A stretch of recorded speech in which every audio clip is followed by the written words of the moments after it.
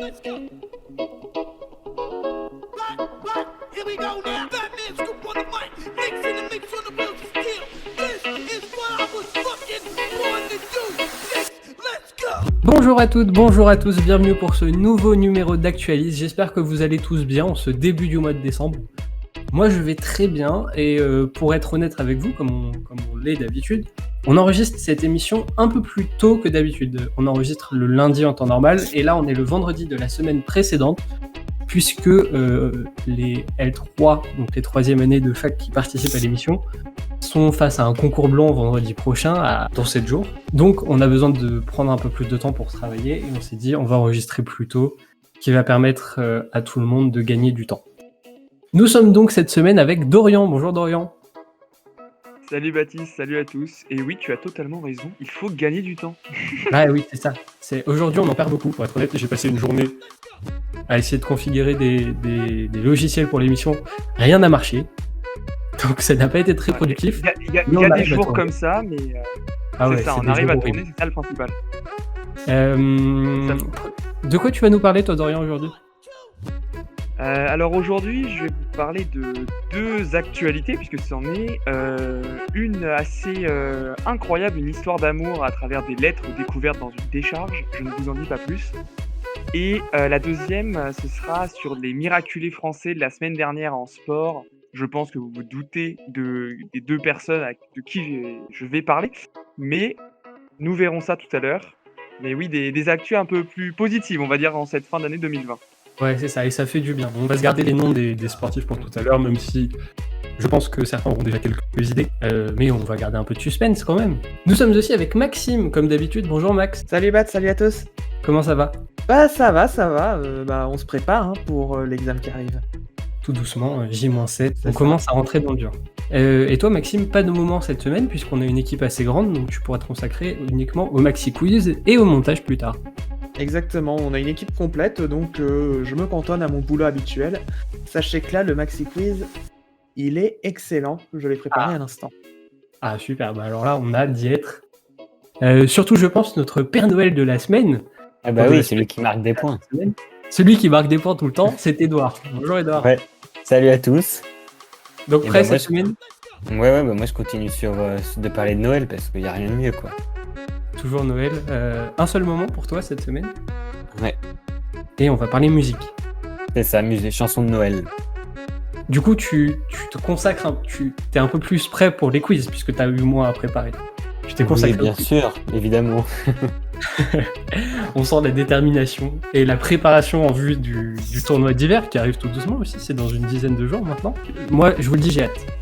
Parce que là, clairement, les souvenirs du tournoi d'été reviennent, et on a envie de revivre ça, surtout que cette année, on va être cette édition, on va être avec nos auditeurs qui vont participer, donc ça va être encore plus drôle. Et l'équipe de Max et de ses quizzers est prête à nous divertir. On a tous très très hâte. Oui, toi aussi, je le sais, je le sens, parce que c'est une édition un peu plus particulière, parce que c'est, en fait, Maxime, ce n'est plus que l'animateur, maintenant c'est le boss qui va gérer tout le monde et tous ses quizzers pendant ce tournoi. Nous sommes donc avec le Père Noël, mais cette semaine, petite nouveauté, nous avons la Mère Noël avec nous. Bonjour Emma. Bonjour. Donc oui, je suis la Mère Noël pour cette édition. Et aujourd'hui, la Mère Noël, elle va vous parler d'un arrêté spécial pris pour le Père Noël dans la ville de Ploemeur, dans le Morbihan, et d'une série Netflix sur Noël. Et on se garde le nom pour tout à l'heure. Exactement. Eh bien, on va partir sans attendre. On va commencer avec les moments de la rédac.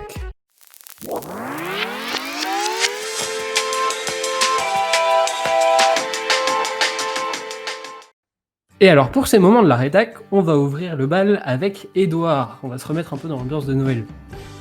Ouais, comme tu l'as dit, jamais 203. Cette semaine, on parle de Noël.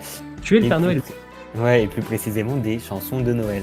Parce que tout le monde adore ces chansons de Noël, ça j'en suis sûr. Alors, petit contexte historique, les chants de Noël, ça a commencé aux alentours de la Seconde Guerre mondiale. Et le premier grand succès, je ne sais pas si vous connaissez, c'est White Christmas. Ça a été composé par Irving Berlin et chanté par Bing Crosby. Et ça date de 1942. Il faut savoir que cette chanson, c'est le single qui a été le plus vendu aujourd'hui. Donc il est toujours le plus vendu aujourd'hui avec 50 millions de ventes. Ah oui. C'est plutôt pas mal. Et le compositeur, il a donné sa recette pour une chanson de Noël. Il a dit, c'est des arrangements de cordes et le thème de l'enfance, de la féerie et un peu de mélancolie. Et hop, vous avez une chanson de Noël. Et le Washington Post aussi a parlé des chansons de Noël dans un article. Et eux, ils disaient, vous pouvez involontairement vous changer en guimauve dès que vous entendez White Christmas, parce que votre cerveau associe cette chanson à quand vous faisiez des cookies avec votre grand-mère quand vous aviez 6 ans. Donc ça, c'est l'ambiance des chansons de Noël, le bonheur et le souvenir. Je suis sûr que vous êtes tous d'accord. Et après, tout le monde, tous les chanteurs ont fait leur album de Noël, dont Elvis Presley, Céline Dion. En France, je suis sûr que vous le connaissez. On a notre chanson de Noël. Alors, je vous la fais écouter. Petit papa Noël, quand tu descendras du ciel. Donc c'est évidemment cette chanson Petit Papa Noël de Tino Rossi. C'est le single le plus vendu en France de tous les temps. Donc c'est la chanson française de Noël. Ouais, c'est celui-là. De Noël, hein, pas de tout. Ah non, de toutes les chansons françaises. C'est le. Genre, c'est devant Weshden. C'est devant Weshden, c'est Tino Rossi, Petit Papa Choqué. Noël. Devant Aya m'étonne. Nakamura. Ah ouais, devant tous, c'est le plus vendu. Impressionnant. Ça fonctionne, une chanson de Noël. Et donc, il y en a d'autres, des chanteurs de Noël, et je suis sûr que vous la connaissez. Mariah Carey, tout le monde l'adore. Oh là là, je connais par cœur la chanson. Avec All I Want for Christmas Is You. Donc ça, c'est un classique. Et plus récemment, il y a Sia qui a sorti en 2017 un album, Everyday is Christmas.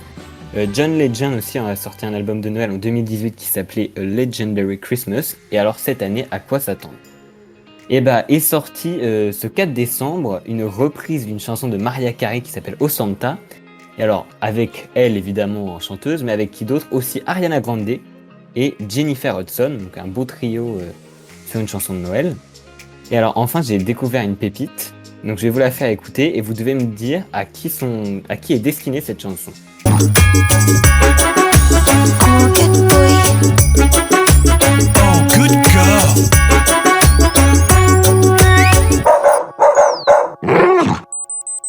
Bon bah je sais pas si vous avez deviné ce que c'est, mais alors c'est une chanson de Noël qui est destinée aux chiens. Hein ? Voilà, vous venez d'entendre la première chanson de Noël pour les chiens. Super. On fait de tout. C'est tout nouveau cette Original, année. d'accord. Ça s'appelle On n'arrête pas de Raise progrès. the Wolf. Ah ouais, on n'arrête pas de progrès. Donc cette année 2020 est encore plein de surprises. Bah, merci Edouard pour ce petit retour en chanson sur Noël. Alors évidemment, Mariah Carey, je pense que c'est l'indéboulonnable. À chaque début décembre, je crois, sa barre de Google de recherche monte en flèche. Ça fait un petit sapin et ça redescend derrière. Et chaque année, c'est pareil. Elle gagne de l'argent qu'en décembre.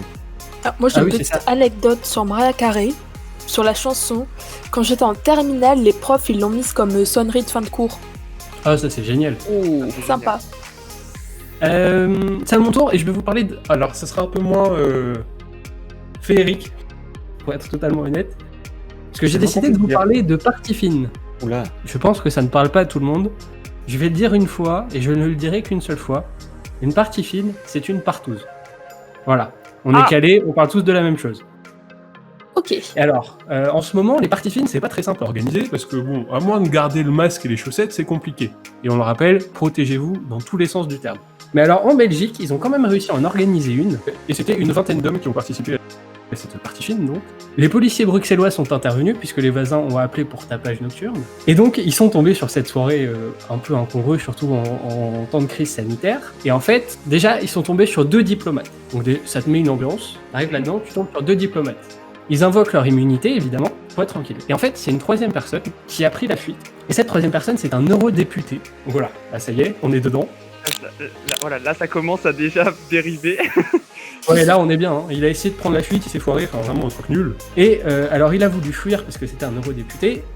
Jusque-là, c'est bien. Je vous rajoute la petite chantilly, la petite cerise sur le gâteau. Cet eurodéputé, c'est un eurodéputé hongrois qui s'appelle Joseph Szájer. Et en fait, il est membre du parti ultra-conservateur hongrois, qui est le parti du président.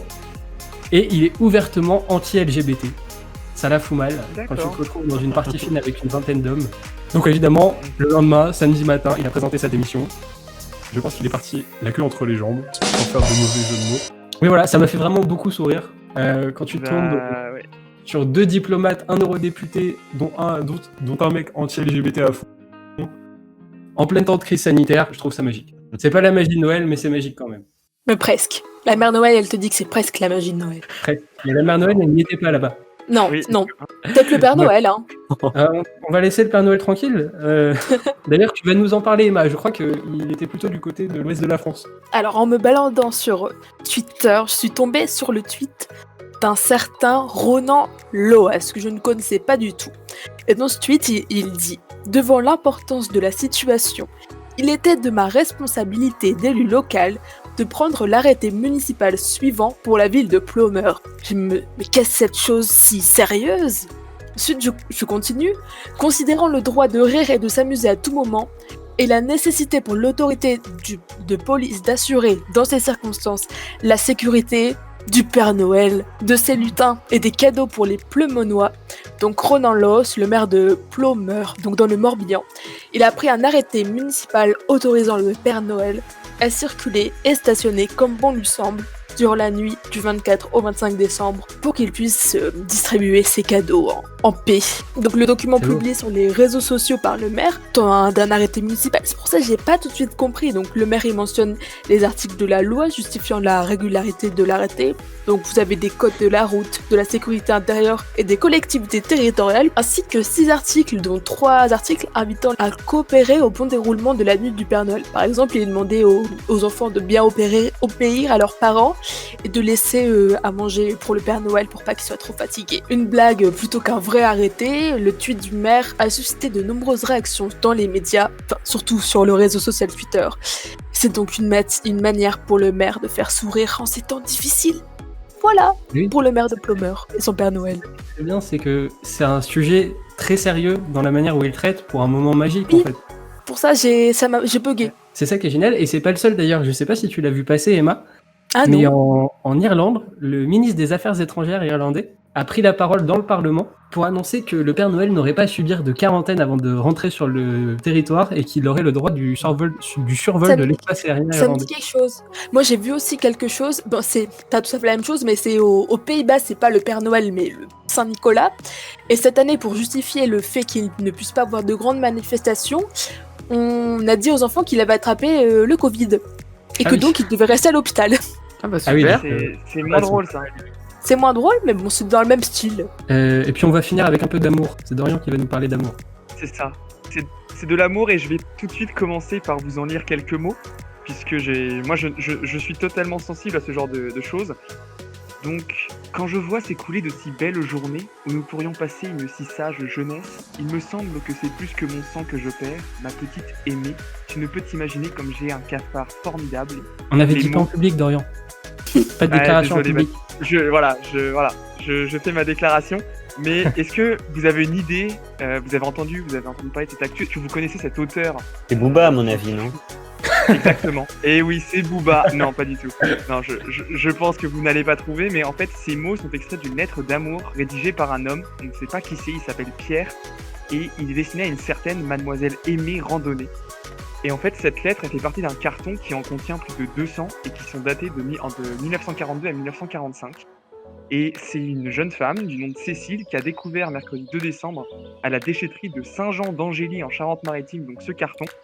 Et elle a donc partagé sur Twitter la photo du carton rempli en cherchant à joindre la descendance de Aimée, puisqu'elle trouvait ça vraiment magnifique et elle a craqué quoi. Et elle a dit il faut vraiment retrouver la descendance. Et donc on va pas se mentir que moi je l'ai vu passer ce tweet et je me suis dit, je l'ai partagé et je me suis dit c'est quasiment impossible. Enfin, on en est quand même là à des personnes qui remontent à plus de 50 ans. Et en fait, l'histoire est belle et il y a quelqu'un qui a réagi, il y a quelqu'un qui a partagé et qui a dit oui, en fait, je sais qui est Aimé. Et c'est un certain Jean-Christophe qui en fait s'avère être le petit-neveu de Aimé. Et il a interpellé Cécile sous la publication et en fait lui a expliqué que, bien évidemment, vous l'aurez compris, Aimé et Pierre en fait sont 2 jeunes mariés juste avant la guerre et en fait ces lettres sont leur correspondance donc pendant toute la Seconde Guerre mondiale. Et en fait, du coup, y a un rendez-vous qui a été pris jeudi 3 décembre au matin, et Cécile a publié une photo en disant qu'elle avait remis les lettres donc à Jean-Christophe. Et donc, bah oui, comme quoi, de temps en temps, quand même, les réseaux sociaux peuvent réaliser des belles choses, et j'ai trouvé ça vraiment magnifique. Déjà parce que je trouve les mots super forts, et je trouve ça magnifique que 60 ans après, par pur hasard, voilà, il y a des choses qui se passent comme ça en ces temps très très difficiles que sont 2020. Donc voilà, ça m'a fait sourire, et voilà, c'est comme je disais, l'actu positive. Ça a été l'actu positive de mon jeudi, donc voilà, je voulais la partager. Ah, carrément, là tu as fait fondre le cœur de tout le monde, je pense. C'est très très beau. Surtout celui de Baptiste. Ouais, moi pour de vrai, je trouve ça magnifique comme démarche déjà de retrouver ça et de te dire bah non, c'est trop con de les jeter. On va essayer de retrouver via Twitter, même si c'est un film. On a eu des moments de la rédac très positifs et assez magiques. Ouais. Et ça fait du bien.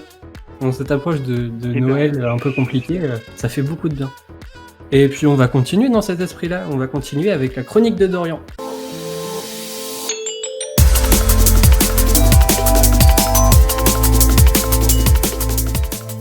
Alors, du coup, encore un petit peu de sport d'Orient cette semaine, mais on va rester dans ce thème de la positivité parce qu'on a évité quelques drames ces derniers jours. Oui, c'est exactement ça. C'est-à-dire que décembre 2020 aurait pu commencer de bien, moins bonne manière. Que je vais vous parler en fait aujourd'hui de sport, et plus précisément de 2 miraculés français qui ont frôlé la mort la semaine dernière.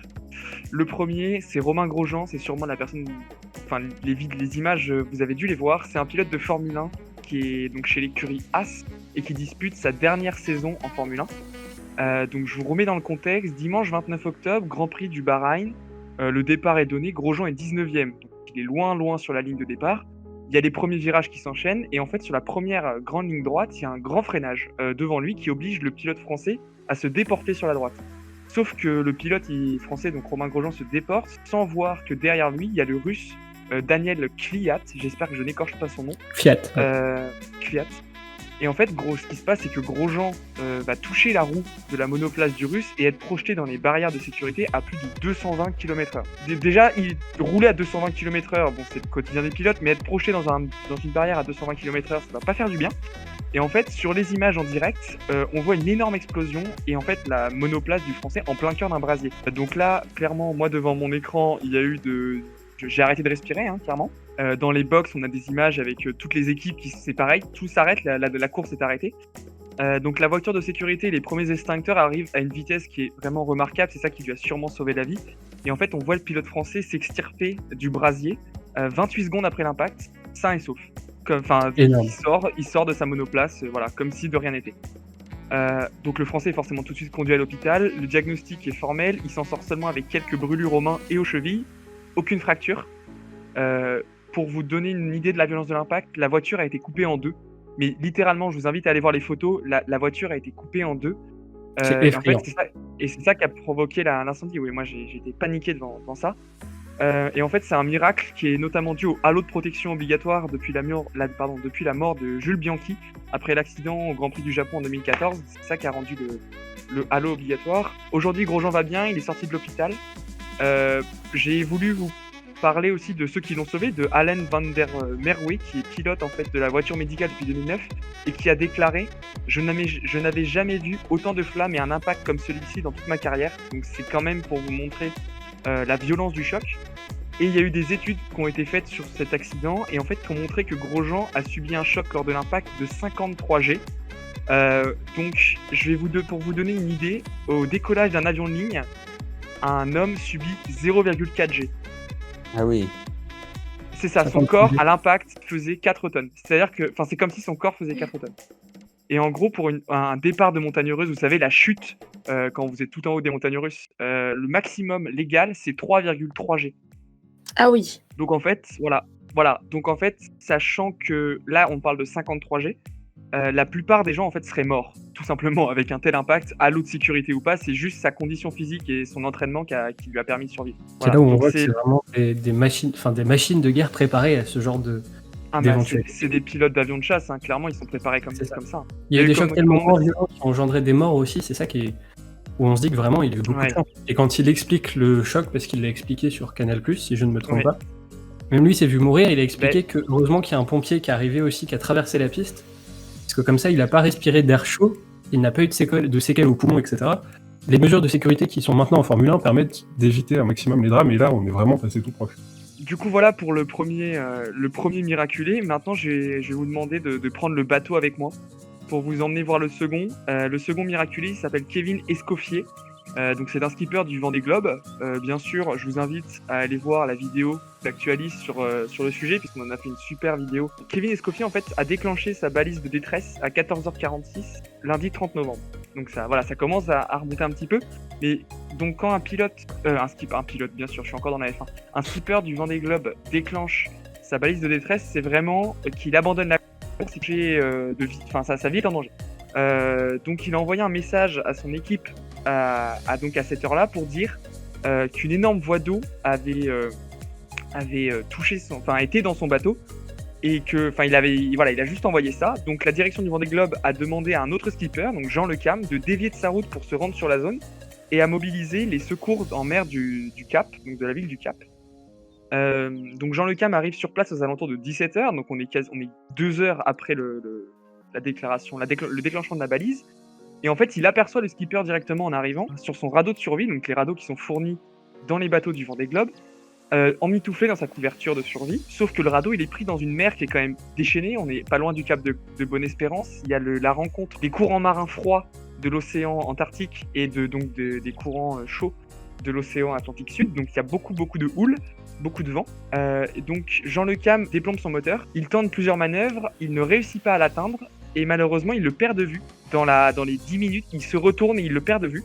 Et il ne va le retrouver que plusieurs heures après, puisque c'est aux alentours de minuit et demi, 1h, que donc Jean Lecam a témoigné en disant il a revu une lumière dans le creux des vagues, et donc il a deviné que c'était forcément Kevin Escoffier. Et donc il a retenté des manœuvres. Faut imaginer qu'ils sont dans des vagues monstrueuses, dans des tempêtes avec des vents faramineux. Donc Jean Lecam commence ses manœuvres, prend tous les risques pour sortir le naufragé du pétrin dans une mer réellement agitée.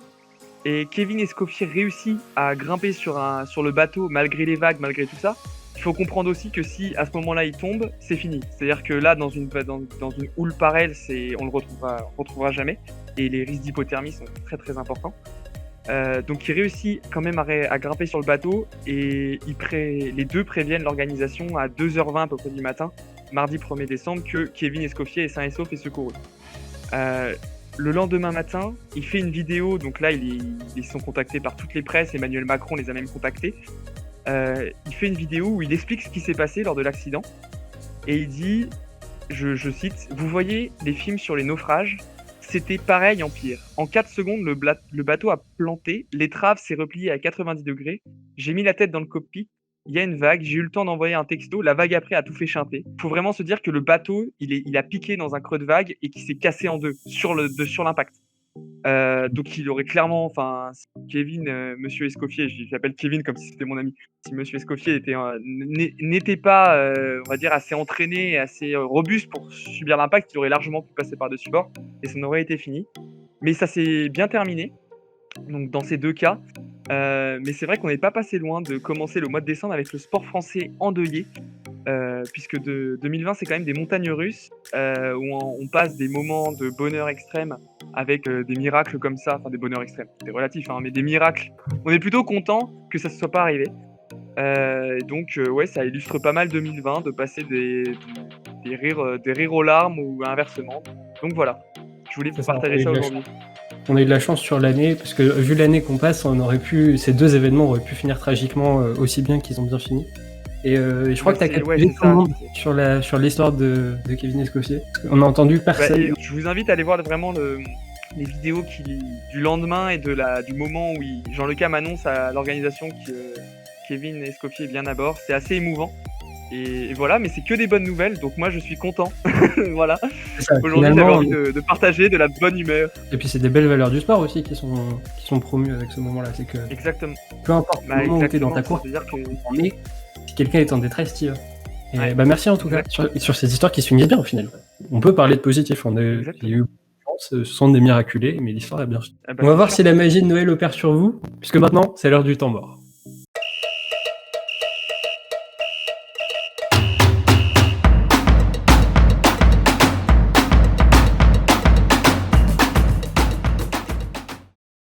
Pour ce temps mort cette semaine, on retourne dans le blind test. Ça m'a manqué la semaine dernière, c'était très bien, c'était très sympa de parler un peu canadien, mais on va refaire un blind test. Et cette semaine, blind test jeux vidéo. Ça va se jouer à la rapidité, je pense, cette semaine. C'est parti, premier extrait.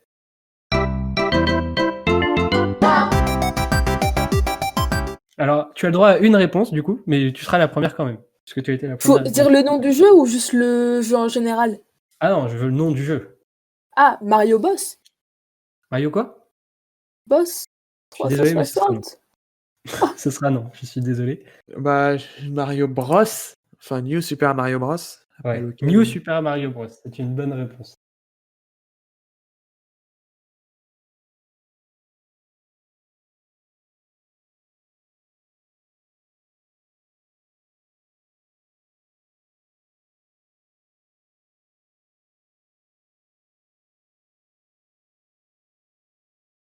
Je suis désolé, Emma, mais Mario Bros, je ne peux pas le compter. Bah non, mais bon, moi je suis plus Mario Kart. Ah oui, bah oui, forcément. Mais on a Maxime qui est très bon aussi de Mario Kart. Il va falloir faire attention. Si ça tombe, imaginons que je sois fourbe et que j'en ai mis plusieurs. Comme j'ai peut-être mis les Sims, comme j'ai peut-être mis Animal Crossing, comme il y a peut-être du Dragon Ball Z. Tais-toi et mets la suivante. Je vous tease un peu. Deuxième extrait.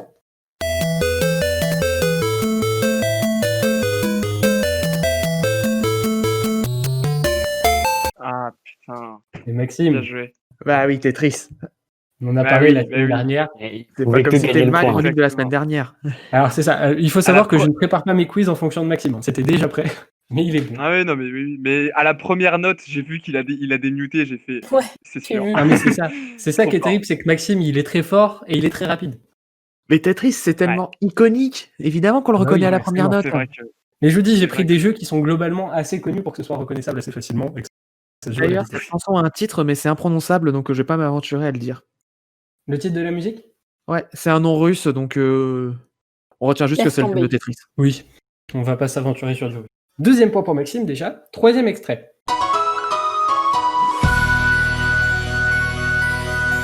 C'est Emma qui s'est démutée en première. Je sais pas le nom précis, c'est Wii Sport, c'est celui qui avait le. C'est pas le premier, c'est le deuxième. Non, tu peux Oui. t'arrêter à Wii Sport, c'est bon. C'est Oh, accepté. C'est Wii génial. Sport. Bravo.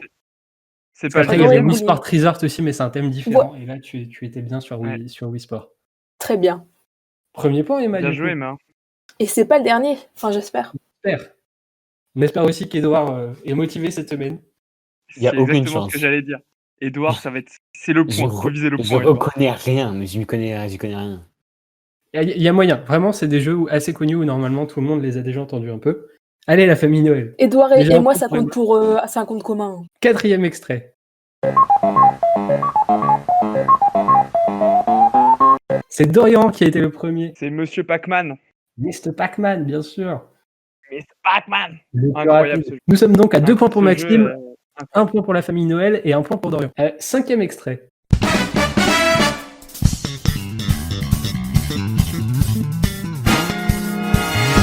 Oui, Maxime. Je suppose que tu as eu cette idée un dimanche vers 15h, et c'est un Mario À peu Kart, près. bien sûr. C'est un Mario Kart, oui. Troisième point pour Maxime. On continue tout de suite. Sixième extrait.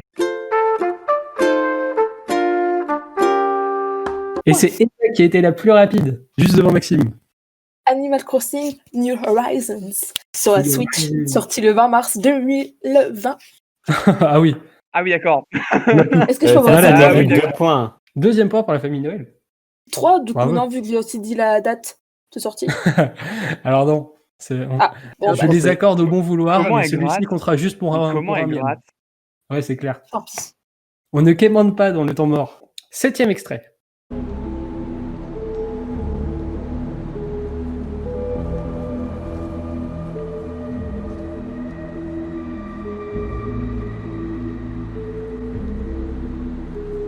Oui, Dorian. Luigi's Mansion. Non, on n'est pas sur un Ah. jeu de la gamme Nintendo. Fortnite. Ah Je sais pas. Oui, Emma, très bonne réponse. Ma soeur serait Non, fière de mais, moi. mais oui, c'est Fortnite. Bravo. Joli. Incroyable. Alors celui-là, je trouve qu'il est très compliqué parce que la musique est assez calme. Et pourtant, ouais. pour ceux qui ont déjà joué, je pense que c'est reconnaissable assez facilement. Huitième extrait.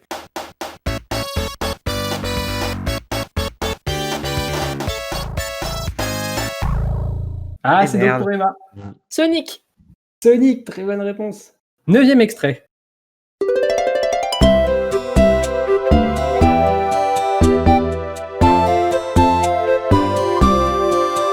C'est Emma.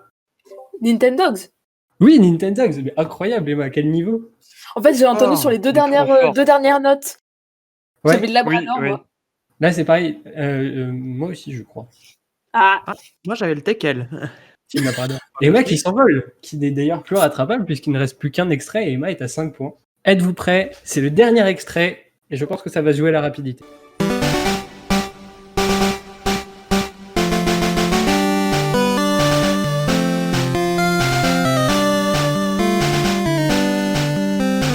Et du coup, C'est Maxime, C'est Pokémon. Pokémon. Lequel? évidemment. Ah, mais j'ai pas joué à ça, donc. Oh, lequel? pas du Je tout. m'en demande beaucoup. Non, moi, je connaissais que Pokémon Attraper. Ah oui, Oh là le thème. D'ailleurs, Le c'est dessin très animé. difficile de trouver l'extrait de la musique du jeu parce que forcément, on tombe sur le générique de dessin animé. ah. Pour l'anecdote. Ah ouais. Ah ouais, ça, Mais c'est sympa. c'est lequel, Maxime? Parce que moi, je veux bien qu'on m'enlève Pokémon, mais voilà, ma Game Boy, ça a quand même été ma vie pendant 8 ans. Bah, Donc je dirais voilà. la- hein. Game Je dirais la Boy, mais première génération, c'est donc vieux. rouge et bleu, quoi. Ouais. moi, Ouais, c'est rouge, mais bleu, enfin, jaune. mais moi, Bleu, j'étais vert. sur la Ah DS. oui, jaune aussi, ouais. Et ben voilà, c'est fini pour ce temps mort. Bravo Emma. Merci, merci. Impose. Bravo, Emma. Bien joué. Qui fait gagner Edouard. Voilà, c'est ça. Première victoire pour Edouard, Première victoire pour Edouard en temps mort. Avec, sans avoir trouvé une seule réponse. Ah oui. Et c'est ça Mais qui est encore vraiment, plus et beau. puis, c'est même pas question de temps, hein, c'est juste que moi, j'avais aucune réponse. Ah ouais, rien du tout. Ah non, aucun. Bon, Oh là là. la prochaine sera peut-être pour toi si tu nous fais un 4 à la suite et que t'es là la semaine prochaine.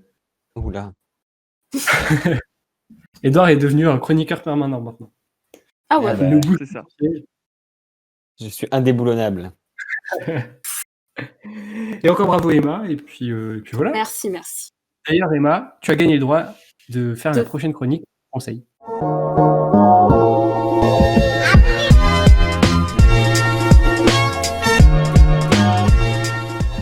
Et donc pour le conseil de cette semaine, on va rester un peu dans l'ambiance de Noël avec notre mère Noël. Cette fois, ce n'est pas le Père Noël, c'est Emma. Et oui, donc qui dit décembre dit téléfilm et film de Noël. Mais pour ma chronique, ce sera plutôt une série de Noël. Je dirais même la série de Noël 2020 de cette année. Cette série, elle est produite par Nick Jonas et Jonas Brothers, pour ceux qui connaissent. Elle est disponible sur Netflix depuis la mi-novembre et elle s'intitule Dash et Lily. Je sais pas, est-ce que vous en avez entendu parler? Pas du tout. Pas du tout. Pas du tout. D'accord. Pas du tout. Donc c'est une série composée de 8 épisodes d'une vingtaine de minutes chacun. Série que j'ai dévorée en même pas une après-midi. Hein. Vous savez, les concours et moi, bon. Je ne m'arrête pas là-dessus. Je vous pose le décor. Vous avez New York, illuminé par les décorations de Noël en plein mois de décembre. Des sapins, des marchés de Noël, des chorales de Noël, de la neige, bref. Le décor typique de New York pendant les fêtes de fin d'année, comme on le voit dans les téléfilms de Noël. Peut-être en vrai, pendant la pandémie, je sais pas, mais dans les films, en tout cas, c'est comme ça.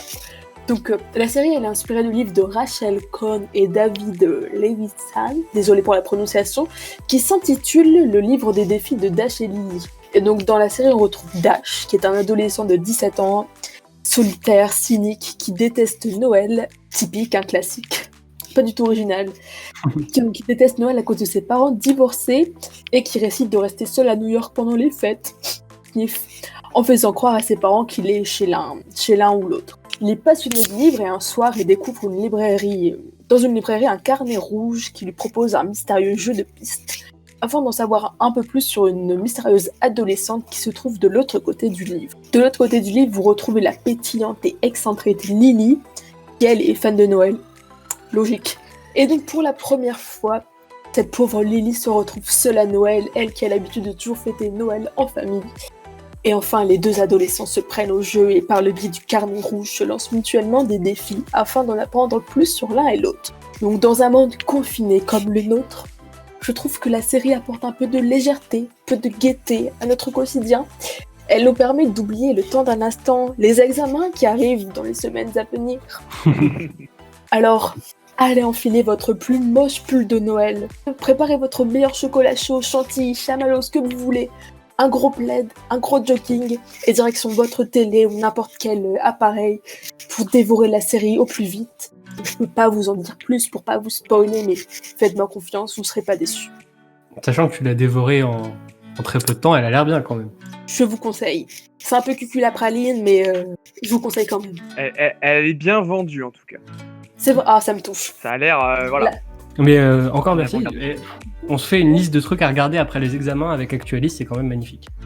C'est ça, ouais. Chaque Oui. semaine, on Après a les notre chansons petit nouveau. d'Edouard, la Ça. série.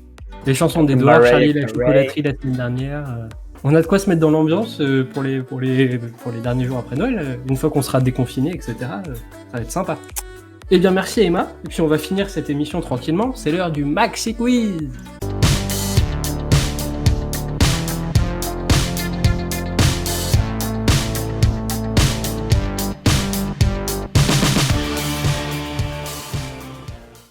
Eh bien Maxime, je t'en prie, hein, on continue sur notre belle lancée.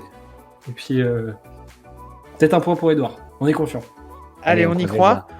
On croise les doigts, j'espère que ça va le faire. Là, aujourd'hui, il a été préparé aux petits oignons. On a vraiment eu du bol sur le tirage au sort, on a des super questions et je vous propose de commencer dès à présent avec une première question de gastronomie. Quelle est la différence entre le pistou et le pesto? Emma. Alors, le pesto, c'est de la sauce. Et le pistou, c'est soit une saucisse, soit du vin. Absolument pas. Dorian ensuite. Bah, le pesto, oui, c'est pas de la sauce, mais c'est italien et le pistou, c'est français. J'aimerais une toute petite précision supplémentaire. C'est français, mais encore. Ça vient du sud-ouest. C'est pas. Bon, visiblement, il faut vraiment que tu fasses quelque chose pour l'ouest et pour l'est. Sud-Est. Mais je vais quand même te l'accepter parce qu'effectivement, il y a la différence régionale, évidemment. Donc que le pesto vient du nord-ouest de l'Italie et le pistou vient de Provence. Mais surtout, et j'acceptais l'un ou l'autre, hein, mais il y a une autre différence majeure, c'est la recette.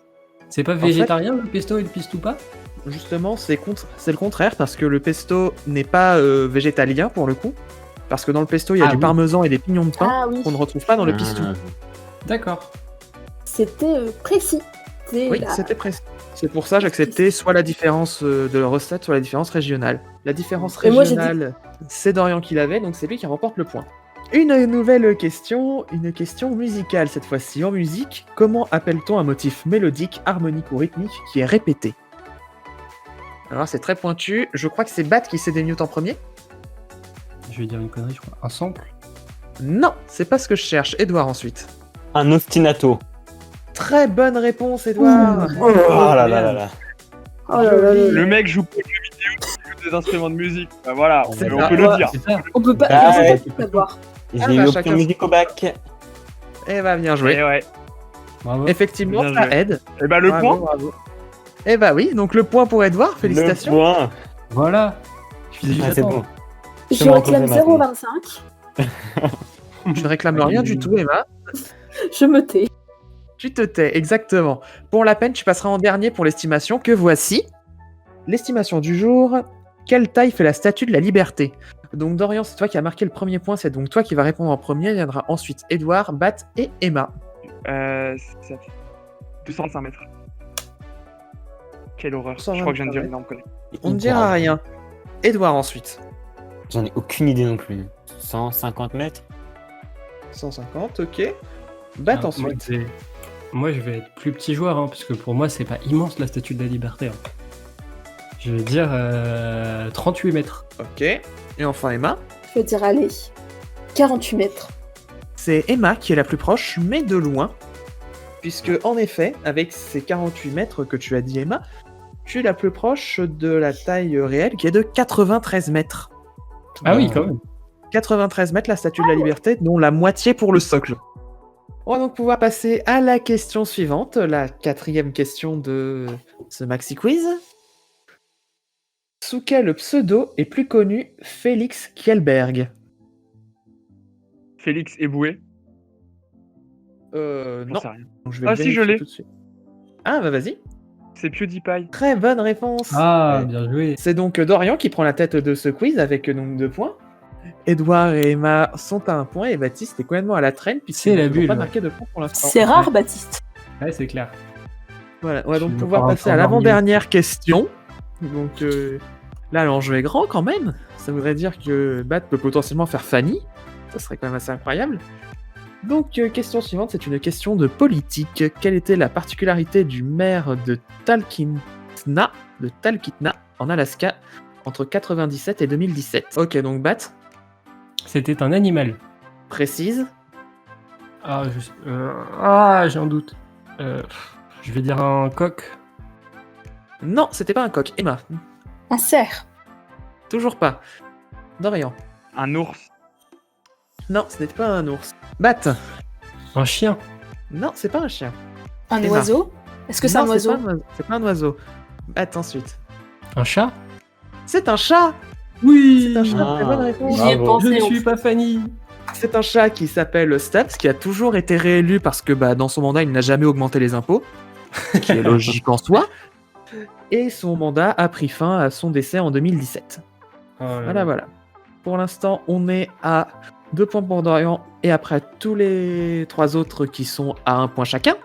C'est donc le Bon. tour de table qui va être décisif. Est-ce que Dorian va remporter pour la première fois un quiz en solo, ou va-t-il partager une égalité avec quelqu'un? On va le savoir tout de suite avec un tour de table d'informatique avec les mots de passe les plus utilisés en France et dans le monde.